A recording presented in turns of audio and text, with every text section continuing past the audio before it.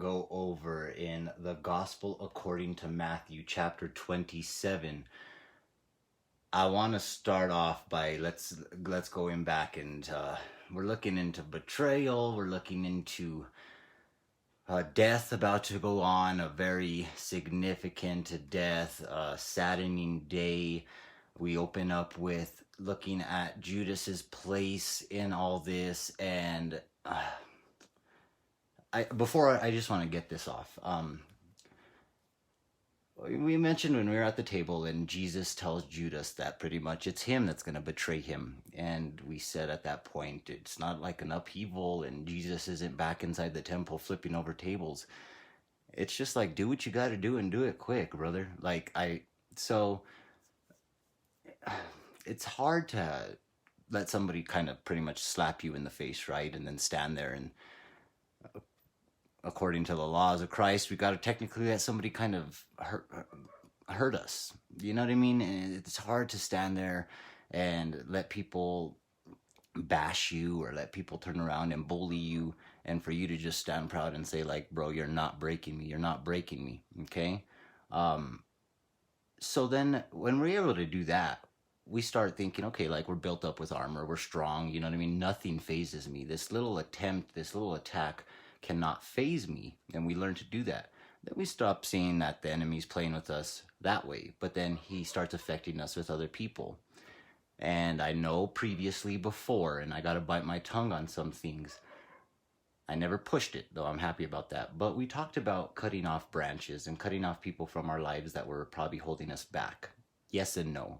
So I want to re-update with that as we go into Matthew 27 today, following from 26. Is when somebody's betraying you, and they might be betraying you in the forms of, let's say it could be a friend. We'll just say it's a friend. It's a person in the world. And they've given you their word, and they've made a pact with you, and then they fall off, so to speak. I was in the business of saying, like, okay, well, if they fall off, I'm still riding with God, and hey, look, we're going, and I'll hop off the wagon, and I'll go and like, hey, come on, get back up and get on the wagon. But if I see this person falling off 15 times, I've always been the type of person where I'm just like, leave them, let them off the wagon. And it hit me heavily this week.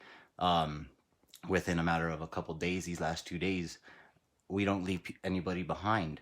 We can't. I noticed that Jesus didn't even really do that with Judas. I'm pretty sure Judas had an evil spirit hit him. And when I read the text, I'm like, oh wow, I think Judas is no longer Judas. I'm not even sure how long he's been Judas. Maybe this demon's been lingering around this whole time. You know what I mean? Jesus was very well aware about it, but Jesus didn't necessarily cut that branch off. Now I knew speaking biblically, he had to fulfill the prophecy through the Bibles and let this come. But I looked at it as if I'm still hoping, as I read, that Judas is going to change his ways. God wants everybody into the kingdom, all right? And if he has the power to do anything that we've seen him do, we have to have the faith that he has the power to heal another individual. It could be my cousin, you know, I mean, my cousin turn around and end up going down a dark path, and I'm trying to get them on the right path. And I've been in the business where I'm just like, look, you either get with God or I'm cutting you off. And sometimes it works, but I feel like to the people I've done that to, I take that today back and like say, look, if the people have chosen their side of the game, then look, I don't think we really should be trying to convert them and stuff. But if we see somebody dying spiritually, I believe that's the business that we're in, healing. I think that's the business that we're in healing. And it took me these last couple days to realize, and yes, I'm a healer. I believe in healing and stuff, but it's just been with me. If you don't come with me and you don't want God, then I'm just like, okay, get out of the house. And that's not right. I got to introduce him to you. And this is kind of a good day to introduce him to you, because this is him dying and then rising. And it's very significant to our introduction to Jesus and what he's going to do for us in our lives. So I come today with nothing but healing and with love, and it's a saddening day. But in that saddening day too, there's moments where I've been in dark days and saddened days. And I'm glad for the people that were there that didn't give up on me. And that's one thing I had to take into consideration, was that nobody gave up on me. And when I felt like they did is when I ran to God. You know what I mean? And I just, to me, it was just a personal walk where I just ran to God. I had nothing but that option. I understand that some other people need, so to speak, what's called a crutch. And I can't be offensive and say, hey, you know what I mean? If they're holding you back, cut them off, because that's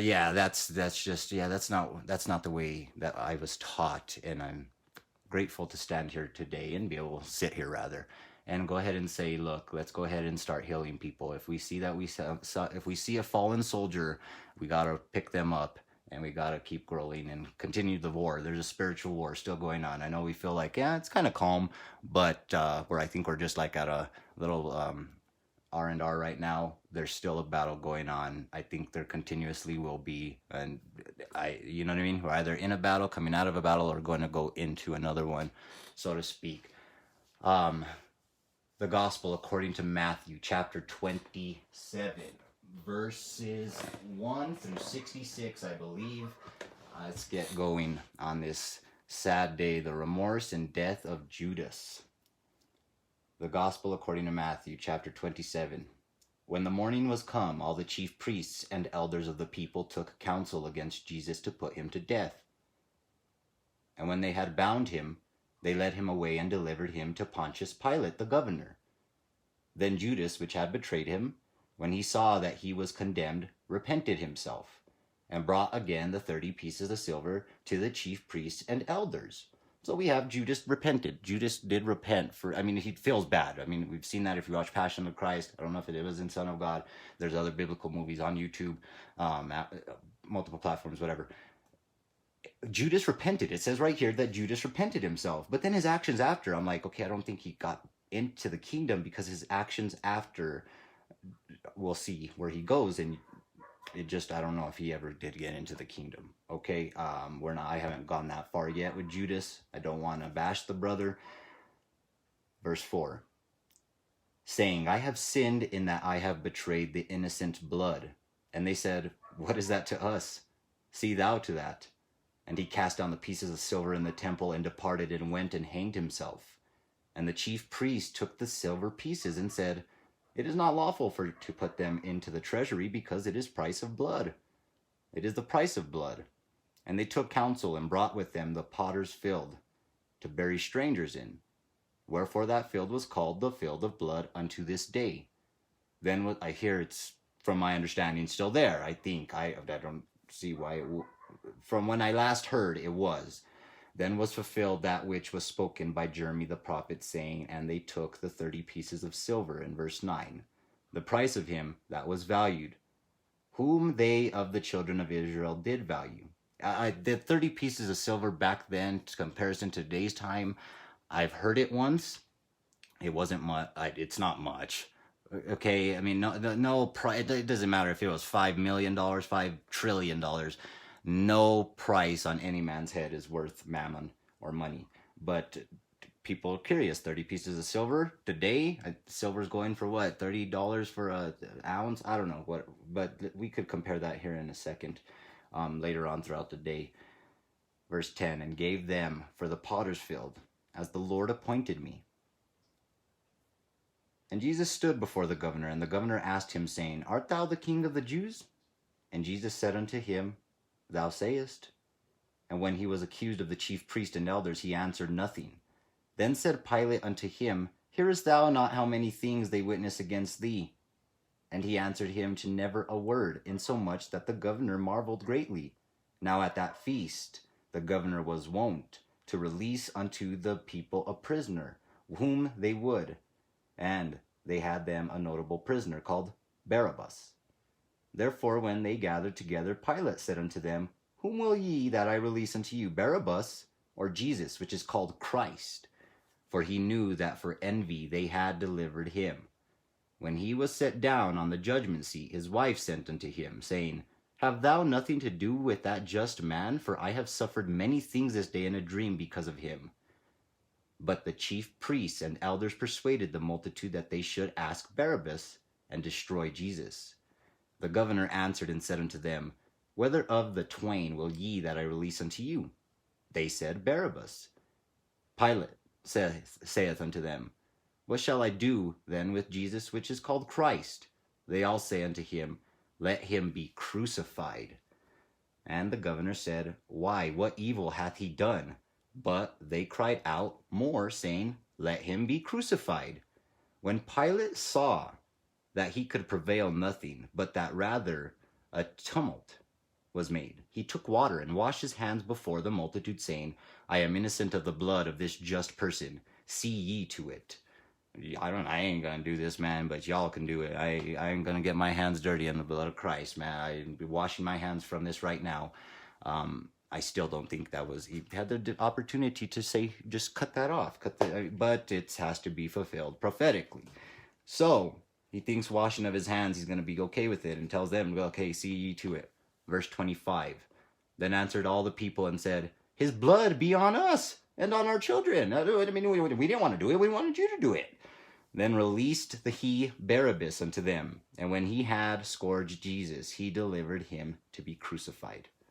Then the soldiers of the governors took Jesus into the common hall, and gathered unto him the whole band of soldiers. And they stripped him, and put on him a scarlet robe. And when they had platted down a crown of thorns on him, they put it upon his head, and a reed in his right hand. And they bowed the knee before him, and mocked him, saying, Hail, King of the Jews!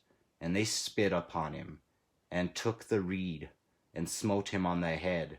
And after that they had mocked him, they took the robe off from him, and put his own raiment on him, and led him away to crucify him.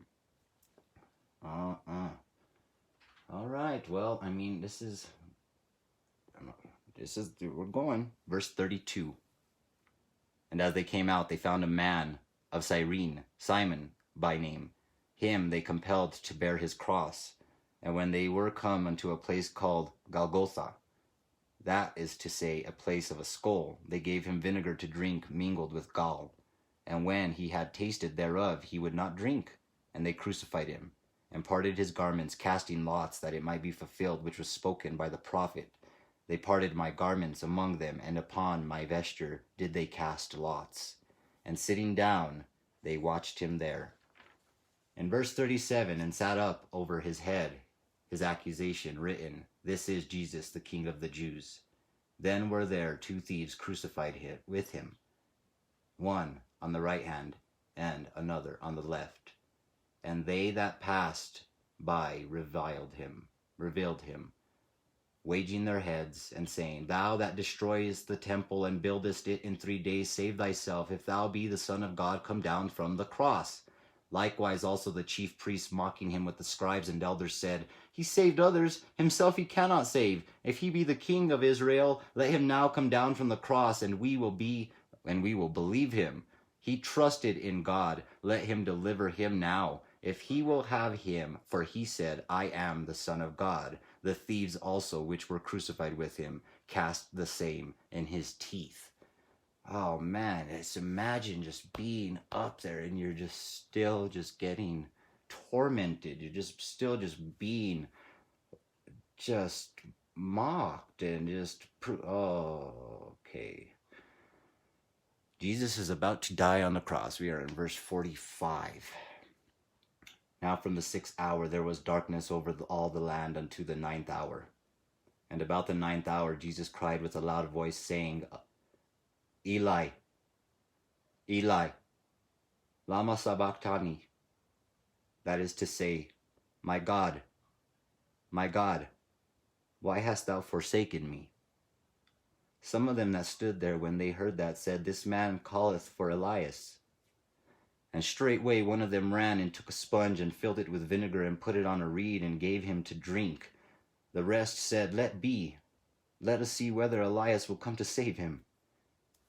Jesus, when he cried, and again with a loud voice yielded up the ghost, and behold, the veil of the temple was rent in twain from the top of to the bottom, and the earth did quake, and the rocks rent, And the graves were opened, and many bodies of the saints which slept arose, and came out of the graves after his resurrection, and went into the holy city, and appeared unto many. Now when the centurion and they that were with him watching Jesus saw the earthquake and those things that were done, they feared greatly, saying, Truly this was the Son of God. And many women were there beholding afar off, which followed Jesus from Galilee, ministering unto him, among which was Mary Magdalene, and Mary the mother of James and Joseph, and the mother of Zebedee's children. When the even was come, there came a rich man of Arimathea, named Joseph, who also himself was Jesus' disciple. He went to Pilate and begged the body of Jesus. Then Pilate commanded the body to be delivered. And when Joseph had taken the body, he wrapped it in a clean linen cloth, and laid it in his own new tomb, which he had hewn out in the rock. And he rolled a great stone over to the door of the sepulchre, and departed. And there was Mary Magdalene, and the other Mary, sitting over against the sepulchre. Now the next day followed the day of the preparation. The chief priests and Pharisees came to gather unto Pilate, saying, Sir, we remember that the deceiver said, while he was yet alive, After 3 days I will rise again. Commanded therefore that the sepulchre be made sure until the 3rd day, lest his disciples come by night and steal him away, and say unto the people, He is risen from the dead. So the last error shall be worse than the first. Pilate said unto them, Ye have a watch. Go your way, make it as sure as ye can. So they went and made the sepulchre sure, sealing the stone, and setting a watch. All right, I almost got it. I don't want to say too choked up there, coming almost into verses 50 through the end. But it's saddening. But tomorrow is going to be happening. So we got, my side notes are death to life. And like I said at the beginning, I didn't want to, I can't leave nobody behind. Jesus don't say much in this chapter. And so I don't dive too much in unless Jesus talks a lot. We know that. So just we take it as is. He's going down, and it has to be, and he has passed away now, and he has been asked of the body, and now they still think that we're up to no good, and we're trying to pull some smoke and mirrors, and we're going to go and fake that Jesus rose from the dead. And verses 60 to 66, we get to the tomb, and tomorrow we will see what happens with the tomb in Matthew chapter 28. So for today, we'll just end in our prayer as we normally do. All right, thank you everybody. Like I said, once again, if you have anybody that you know needs Christ, we got to be good examples. We got to be out there playing with the kids at the park, gardening, showing them that God is good inside of our lives. And then when they come into the house and have a sit down, maybe just a breakfast, something like that, and you have some fellowship, and times get real, and they have to sit there and say, like, look, you know what, it's your time for you guys to have your testimonies with each other, and there's a healing in process. There's a gathered. You don't kick them out your house and you say, like, you know what, you don't want God, so I just don't want to deal with you. No, I mean, you got to probably kind of squeeze it in there here and there. At first, just listen, observe, and then, if anything, just start. And it might take 15 years for you to heal this person. I know it took God 28 years to heal me, it seemed like. So let's be patient, everybody, with another. That is going to go into just forgiving each other as their debts against us. You know, every time they turn around and say that they're going to do this, it hurts us when they don't. And when we say we do something and we don't, it's the same exact thing. Sometimes we might take it a little bit more personal because we hold people up to a higher standard than what they expect, you know? We like, man, you're so strong. I know you could do so much better. And we get down on ourselves and we get down on them. I ask you today just to come with love. That's all we got to do is come with love, and God will handle the rest. If we show by example, we live by example, God will show and take care of everything else. God clearly showing that he takes care of through the dark times. There's dark moments here in 27. There's dark moment. There's nothing but a dark day in 27. I don't see one positive thing in 27. So we might not see that positive thing right now in those individuals that come into our lives, but God is always coming through. All right. After this manner, therefore, pray ye: Our Father which art in heaven, hallowed be thy name. Thy kingdom come, thy will be done in earth as it is in heaven. Give us this day our daily bread, and forgive us our debts as we forgive our debtors. And lead us not into temptation, but deliver us from evil. For thine is the kingdom and the power and the glory forever.